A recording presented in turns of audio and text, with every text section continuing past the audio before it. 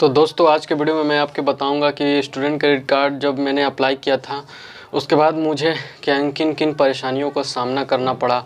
और हो सकता है तो आप इस वीडियो को पूरा ज़रूर देखिए ताकि आपको भी जो मैंने गलती किया या फिर जो मेरे साथ हुआ वो आपके साथ ना हो। तो इस वीडियो को लाइक कर दीजिए और पहली बार मेरे को देख रहे हैं हमारे चैनल पर आए तो जल्दी से जाकर सब्सक्राइब करके बेल आइकन दबा लीजिए ताकि भविष्य में आने वाली वीडियो का नोटिफिकेशन सरलतापूर्वक आप तक पहुंचता रहे। मित्रों देखिए, जहां तक बात रहा तो मैं आपको अपना स्टोरी छोटा सा शेयर करना चाहूँगा। हो सकता है वीडियो थोड़ा लंबा चल जाए लेकिन ध्यानपूर्वक समझेंगे तो आपको आने वाले समय में बहुत कुछ सीखने को मिलेगा जो आप अपने ऊपर अप्लाई करके और जो परेशानी हो सकती है उससे आप बच सकते हैं। तो देखिए मित्रों, मैंने 2019 में 8 अगस्त को अप्लाई किया था। उसके बाद 22 अगस्त को मैं कॉलेज गया था, ठीक है। और उसके बाद फिर मैंने वहाँ से पढ़ाई अपने स्टार्ट किया तो सब कुछ हो गया था। डॉक्यूमेंट वेरिफिकेशन से लेके जो भी प्रोसेस होता है वो सब मेरा हो चुका था। अप्लाई करके जो रिसीविंग मिलता है वो सब मेरे को मिल चुका था। उसके बाद मैं कॉलेज गया था, पढ़ रहा था। और उसके बाद फिर क्या हुआ कि 3-4 महीना बीत गया। फिर उसके बाद फिर मैं दोबारा आया DRCC में पता करने। तो अभी बोला गया कि आपका ऑनलाइन चेक करता था तो ऐसे स्टेटस बताता था pending from AMA by TPBA, ये स्टेटस रहता था। उसके बाद जब 4-5 महीना बाद फिर आया तो बोला जा रहा है कि आपका अभी पेंडिंग चल रहा है। तो फिर उसके बाद अक्टूबर में बाद मैं आया था एक बार और उसके बाद फिर मैं नहीं आया। फिर दिसंबर में मैं पता करवाया तो पता चला कि अभी कॉलेज पे जांच चल रहा है तो कुछ आगे का कार्रवाई नहीं चलेगा। क्यों कॉलेज पे जांच चल रहा है? क्योंकि कॉलेज जो मेरा है वो स्टूडेंट क्रेडिट कार्ड के लिए बिहार से जितने लड़के उनसे ज़्यादा लड़के को एडमिशन लिया है। इसलिए क्यों लिया इसके ऊपर जांच चल रहा है तो आपका आगे का प्रोसेस नहीं बढ़ेगा और ना ही आपका पैसा जाएगा, ठीक है। चलिए ठीक है। फिर उसके बाद इसी तरह 1 साल बीत गया। अब आया मार्च का महीना 2020। उस समय पेंडेमिक था, कोरोना था और फरवरी में मेरा कैंसिल हो गया जो मैंने अप्लाई किया था बिहार स्टूडेंट क्रेडिट कार्ड के लिए। और उसका रीज़न जब मैं पता किया तो मुझे बताया गया कि आपका जो BBA plus MBA integrated course है वो सिलेक्ट किया गया था। और जब उसके बाद फिर मैं DRCC जाके बोला कि मैंने तो यहीं से अप्लाई किया था तो जो कंप्यूटर ऑपरेटर है जो काउंटर पर रहते हैं उनका ना गलती है। तो बोले कि नहीं, आपने साइन किया तो ये आपका गलती है और नहीं स्वीकार किया जाएगा, इसलिए आपका कैंसिल हो गया है, आपको फिर से अप्लाई करना पड़ेगा, ठीक है। उसके बाद पेंडेमिक का आ गया, कोरोना सबको पता ही है। तो उसके बाद फिर लॉकडाउन लग गया।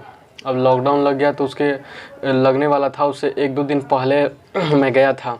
तो उस समय पता चला कि जो मेन है ना वहाँ की वो DM के साथ कहीं दौरे पे गई हैं। तो फिर मुझे पता चला कि कि आपको कल आना पड़ेगा, आपका आधार ये जो है उसको हटाना है वेबसाइट से, क्या कुछ करना था ऐसे बताया मेरे को। तो फिर मैं चला गया और उसके बाद 2-3 दिन बाद उसके अगले दिन संडे था, उसके बाद तुरंत लॉकडाउन लग गया और पूरे देश में लॉकडाउन लग गया। तो फिर उसके बाद मैं गया नहीं। उसके बाद फिर जब धीरे धीरे ख़त्म हुआ तो आपको पता ही है, फिर सितंबर में मैं अप्लाई किया और मेरा कॉलेज का जो जांच था वो भी 11 सितंबर को जाके हटा। मतलब इतने दिनों तक क्या तो जांच ही चल रहा था। उसके बाद मेरा सेमेस्टर का 2 सेमेस्टर, 1 सेमेस्टर तो मान लीजिए एग्ज़ाम दे दिए थे कॉलेज में, बाकी दूसरा सेमेस्टर कोरोना में ऐसे ही चलता रहा तो उसमें प्रमोट कर दिया गया था। लेकिन तीसरा सेमेस्टर का एग्ज़ाम मेरा फीस नहीं गया था इसलिए मुझे देने नहीं दिया गया। तो उसके बाद फिर मैं गया दोबारा अप्लाई किया 2020 में। सितंबर में मैं अप्लाई किया और मेरे को करीब फरवरी में मैसेज आया कि आपका सक्सेसफुल हो गया है, लास्ट फरवरी में। उसके बाद फिर मार्च में जाके मुझे सक्सेशन लेटर जो होता है ना उसका मेल आया। सोचिए, सितंबर में अप्लाई किया था, अक्टूबर, नवंबर, दिसंबर, जनवरी, फरवरी, मार्च, 6 महीना तक लग गया। उसके बाद इतने दिन तक मैं कॉलेज में नहीं रहा, लेकिन उसका फीस भी मुझे माफ़ नहीं कर रहा है कॉलेज और उसका भी पैसा मुझे देना ही पड़ेगा। अब देखिए क्या होता है वो तो बाद में मैं सोचूंगा। और इतने दिन तक पेंडिंग रखने के बाद उसके बाद फिर जब मेरा एग्रीमेंट हो गया 18 तारीख को, उसके बाद फिर मेरा लास्ट मार्च में 31 तारीख को पैसा गया कॉलेज के अकाउंट में 1,40,000। और अभी तक बस वही पैसा गया। अभी तक दूसरा जो किस्त था जनवरी में जाने वाला था 3 जनवरी 2022 को, लेकिन वो अभी तक नहीं गया। सोचिए, और उसके बाद फिर मैं उसके लिए अप्लाई भी कर दिया हूँ, तो उसका भी 3 महीना होने वाला है। सेकंड पेमेंट के लिए आपको जाके वेबसाइट से अप्लाई करना पड़ता है, वो अभी तक कर दिया लेकिन उसका भी पेमेंट अभी तक नहीं गया है। और बताइए, मेरा कॉलेज से नाम भी हटा दिया गया है। और जहाँ तक बात किया जाए तो हॉस्टल से मेरे को हटा दिया गया है। और जब तक पैसा नहीं आएगा भाई, कॉलेज यूनिवर्सिटी को उन लोगों को तो पैसा चाहिए, उन लोगों को क्या मतलब है आपका क्या हो रहा है क्या नहीं हो रहा है, आप भाड़ में जाइए। और डीआरसीसी इतना मतलब प्रॉब्लम हो रहा है ना कि समझ में नहीं आ रहा है। उन लोग यार समझ नहीं आता है, सरकारी बना है ये, तो उन लोग अपने आप को समझता क्या है, जैसे मतलब एक तरह से उनसे लोग भीख मांग रहा है, कोई गिड़गिड़ा रहा है, इस प्रकार का मतलब भावना उन लोग को समझ ही नहीं आता। उन लोग कैसा कार्य करता है, 6-6 महीना तक पेंडिंग रहता है, उसके बाद जब फिर अप्लाई करो तो उतना दिन तक आता नहीं है। और वहाँ पे जाओ तो कोनो काम करता है नहीं, बस बैठ के मज़े लेता है और सरकार का तनख्वाह उठाता है। वो भी तनख्वाह हम ही लोग जनता के ना जाता है, पैसा जो टैक्स से कलेक्ट होता है, जो अन्य माध्यम से, सरकार के पास तो अपना पैसा होता नहीं है, वो हम ही लोग के पैसे से विकास कार्य में आने के योजनाओं को लगाया जाता है। सरकार का काम है योजना बनाना, उसको लागू करना। बाकी जो अधिकारी लोग हैं वो अगर सही से कार्य करें, अगर सही से करें तो क्यों नहीं होगा। फिर अभी तक मैं कंप्लेन किया हूँ लेकिन कोई सुनवाई अभी तक हुआ नहीं। अब देखिए क्या होता है मेरा। तो ये कुछ रहा मेरा स्टोरी। तो इतना कुछ समस्या होता है। और उससे पहले जब अप्लाई करने से पहले पता है 3-4 महीना तो बस केवल अप्लाई करने के लिए दौड़ रहे थे हम। कभी एग्रीमेंट क्या बोलते हैं, मेरा फादर का नाम कुमार है तो मिश्रा है, तो उसके लिए एफिडेविट बनवा के लाइए, तो फिर ये नाम नहीं होना तो अपने पापा के नाम से बनवा के लाइए, फिर उस पर साइन करवाइए, फिर वेरिफिकेशन करवाइए कोर्ट से, फिर जाके जमा करिए। बहुत लफड़ा लगा था यार। उसके बाद भी फिर इतना कुछ मतलब मेरे अनुसार ना योजना ठीक है लेकिन उसको अच्छे से अप्लाई नहीं किया गया है। और अप्लाई भी हो नहीं पा रहा है। और जो काम नहीं कर पा रहे हैं उनसे सब अधिकारी को ना सस्पेंड करना चाहिए, उन पर कड़ी कार्रवाई भी करना चाहिए। उन लोग सही से कार्य नहीं करता है। सही से अगर कार्य नहीं करेगा तो बताइए कैसे काम होगा। लोग स्टूडेंट सब हैं, इतना मतलब अप्लाई करके उसके बाद पढ़ने जाते हैं, तो करने जाते हैं, अगर अच्छे से नहीं होगा तो उन लोगों को पढ़ने पहले तो दिक्कत होगा। और दूसरा कॉलेज अगर मान लीजिए निकाल देगा तो फिर उनको अपना पैसा भरना पड़ेगा। एक उम्मीद लगा के लोग गए कि हाँ मेरा इससे हो जाएगा। तो अब किसी के पास ज़रूरी थोड़ी कि सबके पास पैसा है जो कॉलेज को भर देगा। जिसके पास नहीं है वो कहाँ से भरेगा बताइए, कहाँ से भरेंगे हम ही, कहाँ से भरेंगे। मेरे को 1.5 लाख रुपया पूरा अभी तक एक साल का गया है, बाकी 2 लाख मतलब 2.5 लाख और 5,000 और मतलब 2,55,000 रुपया पेंडिंग है कॉलेज में, जिसमें से 1,49,000 और जाना था लेकिन अभी तक गया ही नहीं है। तो हम क्या करेंगे, कहाँ से लाएंगे आप बताइए।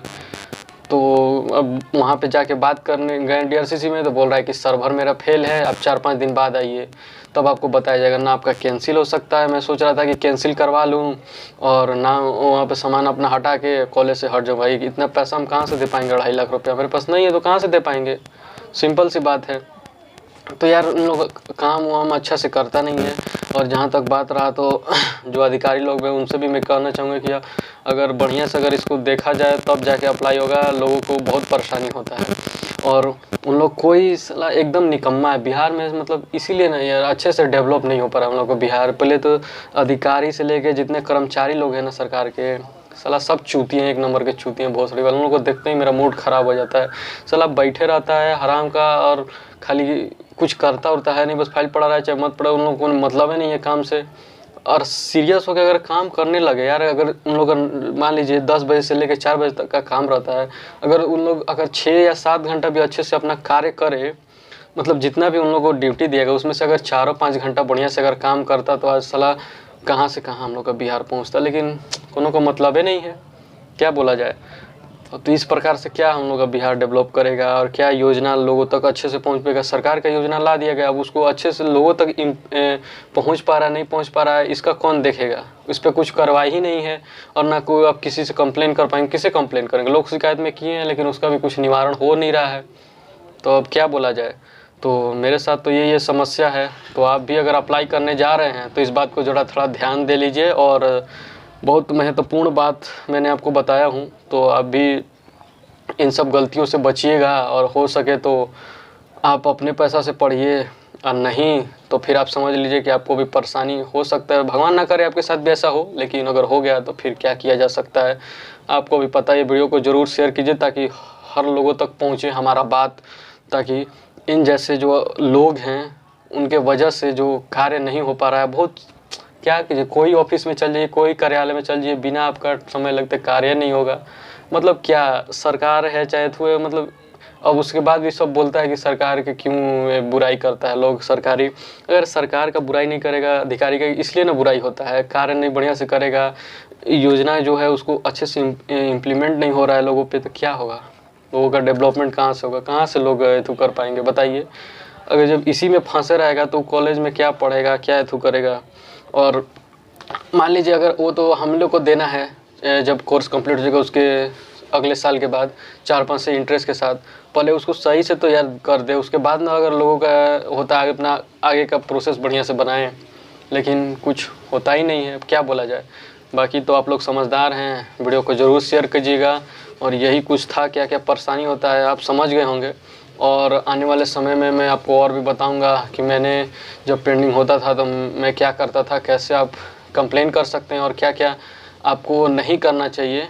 और उसके लिए मैं एक स्पेशल वीडियो बनाऊंगा कि पेंडिंग रहता है तो कितना टाइम लगता है, कैसे कंप्लेन करेंगे तो आपका थोड़ा जल्दी हो सकता है। और टीपीबीए के पास पेंडिंग है तो क्या है, एएम के पास पेंडिंग है तो क्या उसका होता है, सब कुछ के वीडियो बनाएंगे। उसके लिए चैनल को सब्सक्राइब कर लीजिएगा। इस वीडियो में इतना ही, फिर एक वीडियो में आपसे मिलेंगे, तब तक के लिए नमस्कार। वीडियो देखने के लिए आपका हृदयपूर्वक बहुत बहुत धन्यवाद। और कमेंट में ज़रूर बताइएगा कि आपके साथ भी कुछ ऐसा परेशानी हुआ है कि नहीं हुआ है। और वीडियो को लोगों तक ज़रूर शेयर कीजिए, ताकि इन जैसे जो चूतिए लोग बैठे हुए हैं, बहुत लोग हैं क्या कि सब बैठे चूतिए बैठल है साला सरकारी ऑफिस में, हम लोग तो मूड ख़राब होता है, जाने का मन ही नहीं करता है मेरा। ज़रूर शेयर कीजिएगा, ठीक है। चलिए फिर एक वीडियो में मिलेंगे, तब तक के लिए नमस्कार।